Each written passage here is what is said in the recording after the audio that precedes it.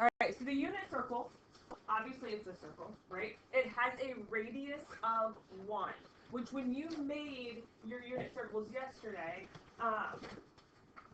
the direction said that there was a unit of 1 when we talked about the radius. And so when you looked at that circle,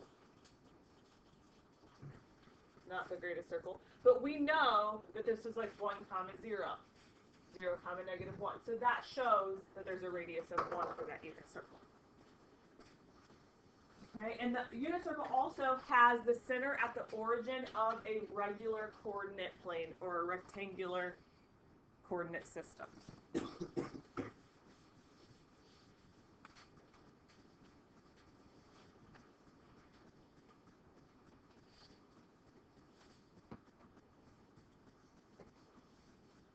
Okay, so center at the origin, just like you would normally draw an x and a y axis, you just kind of add a circle around it and we can create a unit circle from that. Okay, the circumference of just any circle we know is 2 pi r, or pi times diameter. So if we use the radius of 1 for our unit circle, we would get 2 pi times 1, which is just 2 pi. So the circumference of a circle is 2 pi. How many degrees is a circle?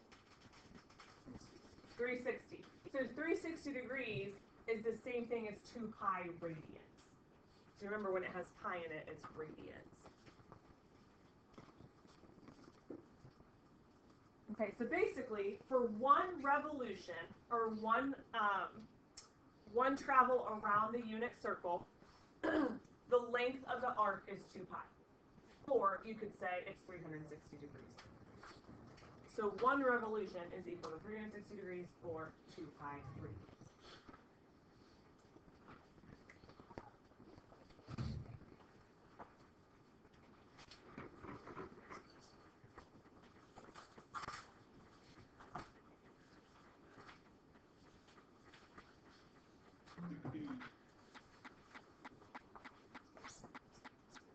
Okay, any questions on that? That's all for that one.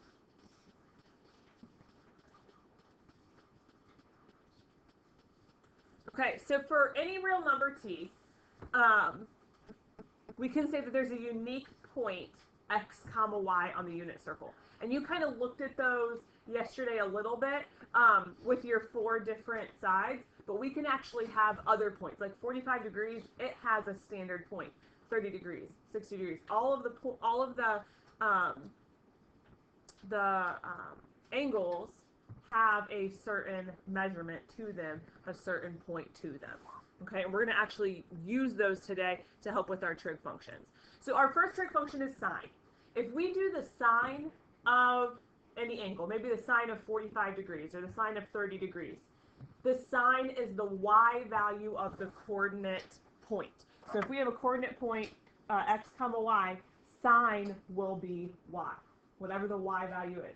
Maybe it's 2. Maybe it's 1/2. Maybe it's square root of 3/2. Okay, it will always be the y value. Cosine will always be the x value. So sine is the y value, cosine is the x value. Make sure you're filling these in. And then our tangent is y over x. Another way of saying this is sine over cosine. Okay, tangent will always be sine over cosine. Because if sine is y and cosine is x, it's the same thing as sine over cosine.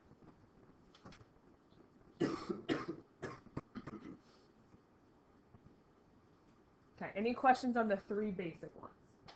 Okay. So now we have cosecant.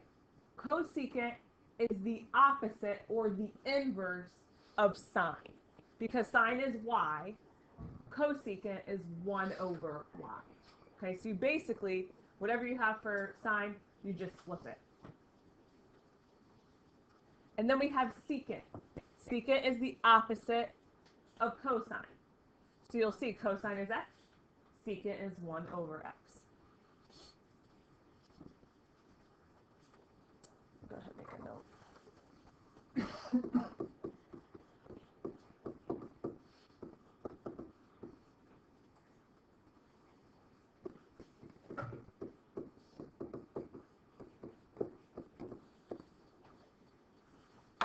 Okay, last is cotangent, and you can probably guess that's the opposite of tangent. So tangent is y over x, cotangent is x over y.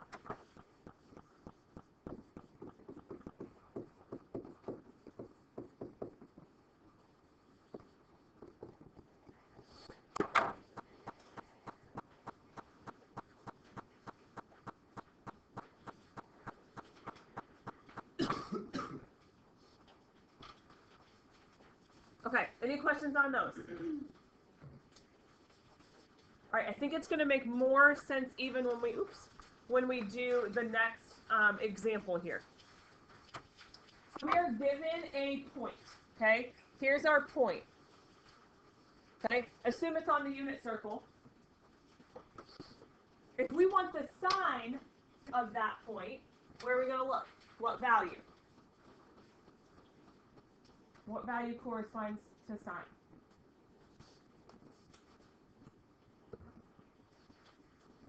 Y, okay? So we look at our coordinate point, which is x comma y. That means sine is the square root of 3 over 2.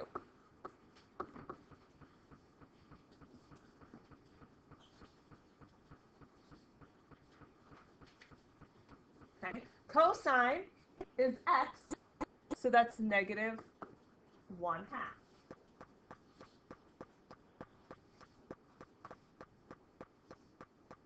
Okay, and then tangent is what over what? Sine over cosine, okay, or y over x, however you want to look at it. So sine is going to be our numerator, okay, and then we're going to have a fraction inside, two fractions inside a fraction here, okay.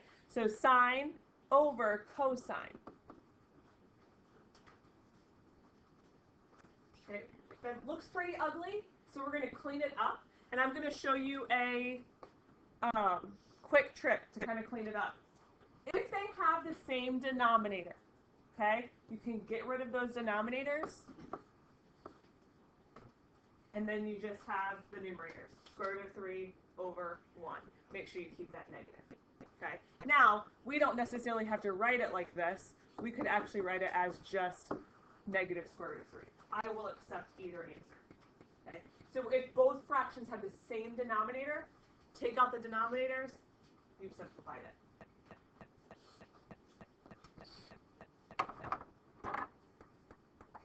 Okay, questions on the three main trig functions, sine, cosine, tangent. Okay, let's look at the inverses. So cosecant is the opposite of sine. Now you're going to get to a situation where you're going to be like, I don't remember which one's the opposite of what. I can't remember if secant's the opposite of sine. What's going on? Here's how I remember it. Okay, we have an S and a C and an S. Okay, the S and the C's don't go together. So sine and cosecant are together. Cosine and secant are together. Okay, so it's the easiest way to remember that, is that they just go with the opposite letter. Okay, so if we have cosecant, we just take the sine fraction and we flip it. So it would be 2 over the square root of 3. Okay, typically we clean this up when we get the radical out of the denominator. We're not going to do that. We don't really need to do that. Okay, so we're just going to leave it like that. So for our secant, it would be negative 2 over 1. You could just write negative 2 there as well, because you don't have to do the over 1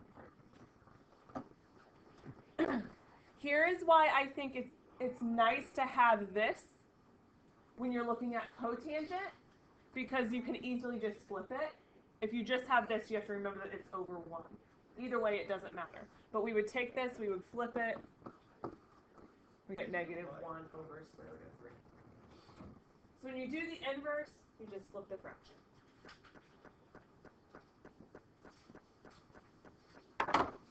Okay, what questions do we have? Okay, you're gonna need that unit circle. So go ahead and make sure you have that unit circle out. Our next question says, use the Pythagorean theorem to find specific points on the unit circle. Find the 6 trig functions that relate to the 45-degree angle. So once you look at your 45-degree angle, you don't have points on there yet. That's okay. all right? You don't have points on there, but 45 should be in quadrant 1, and it should be halfway through quadrant 1. Okay, if we were to fill this in, okay, and you can write this on your unit circle if you want, because we're going to slowly fill in the points on there. So if you want to write this in, it may be great. If you look at a regular unit circle, okay, the coordinate point there is square root of 2 over 2. Oops, and square root of 2 over 2. Okay, 45 degrees has the same cosine as it does the sine.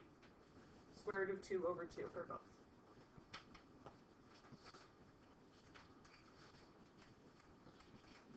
Okay, so sine, square root of 2 over 2, cosine square root of 2 over 2, right? X and y, or y and x, I should say.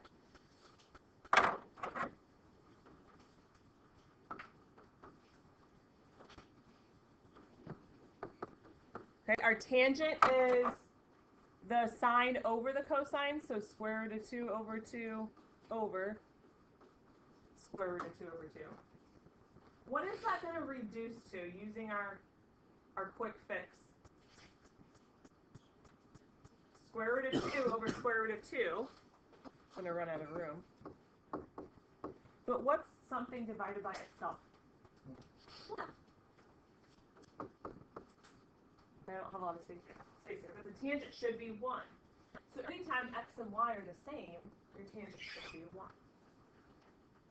I want you to see if you can do cosecant, secant, and cotangent by yourself. See if you can fill those in by yourself right now.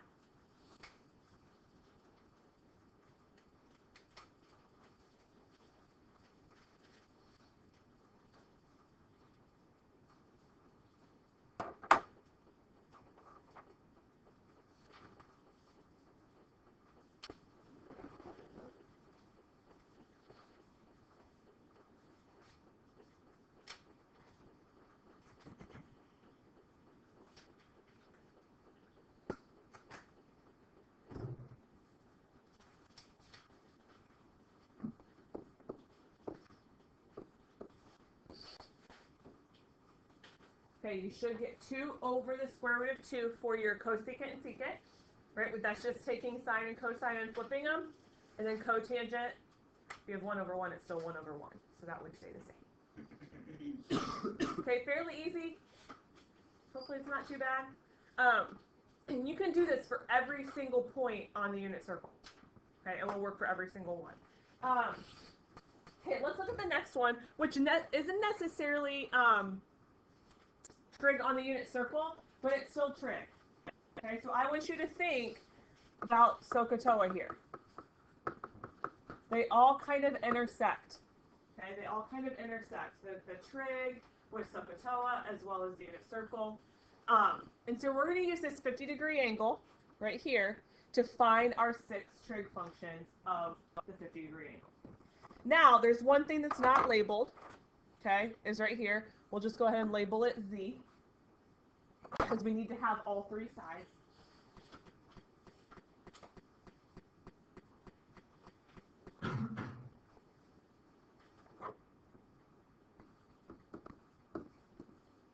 Okay, so if I want to do the sine of 50, sine is opposite over hypotenuse, okay? So opposite of 50 is x. Hypotenuse is z. To be x over z.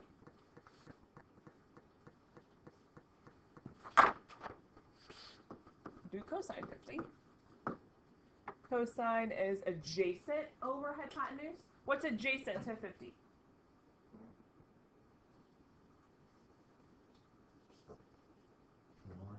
Y, right? It's right next to it. Now you could look at z, but z is our hypotenuse, so that won't change.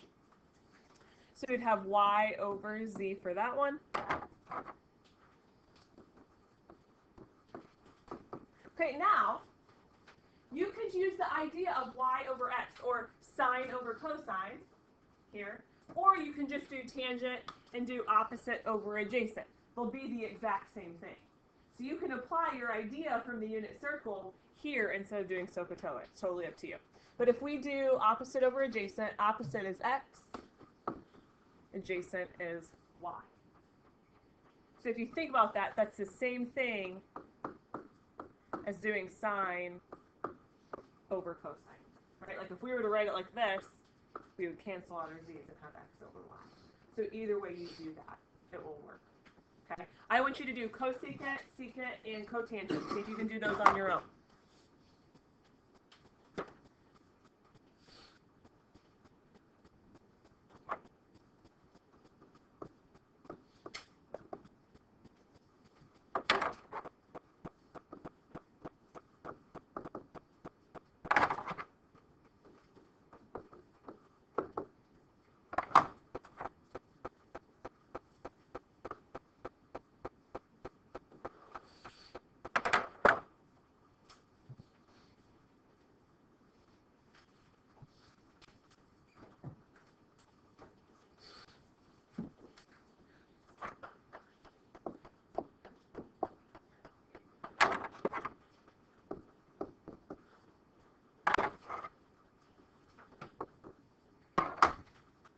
Okay, there's your cosecant, secant, and cotangent. All you have to do is take that sine, cosine, tangent, and just flip those fractions. Okay, what questions do we have? Okay, go ahead and flip it over. There's just one page of practice, and it corresponds to what we did up here. The only thing that's different is number 3. So take a look at number 3 with me. Okay, number 3 says give the coordinates that correspond to the following. You have to look at a unit circle for this. You may not have these on your unit circle, but you can certainly Google the unit circle. Okay, so if you just Google unit circle and look at images, the first one that pops up is usually the one that I use. It's the one that I printed off up here. So when you look at it, so for example, 5 pi over 6 is right here. It's the same thing as 150 degrees. And so as you go, I would start to fill in your unit circle. At 5 pi over 6, I would put the coordinate point, which is negative square root of 3 over 2, comma 1/2. Okay, that's all I'm looking for there. So look at that unit circle, write the coordinate point that corresponds to that radian measure. Okay, and then you can definitely fill that in on your unit circle because we'll gradually fill that in. Go ahead and work on that practice. The answer key is posted on Canvas if you want to check your work. And I also have it up here. Maybe. Yes, right up here if you want to check that out.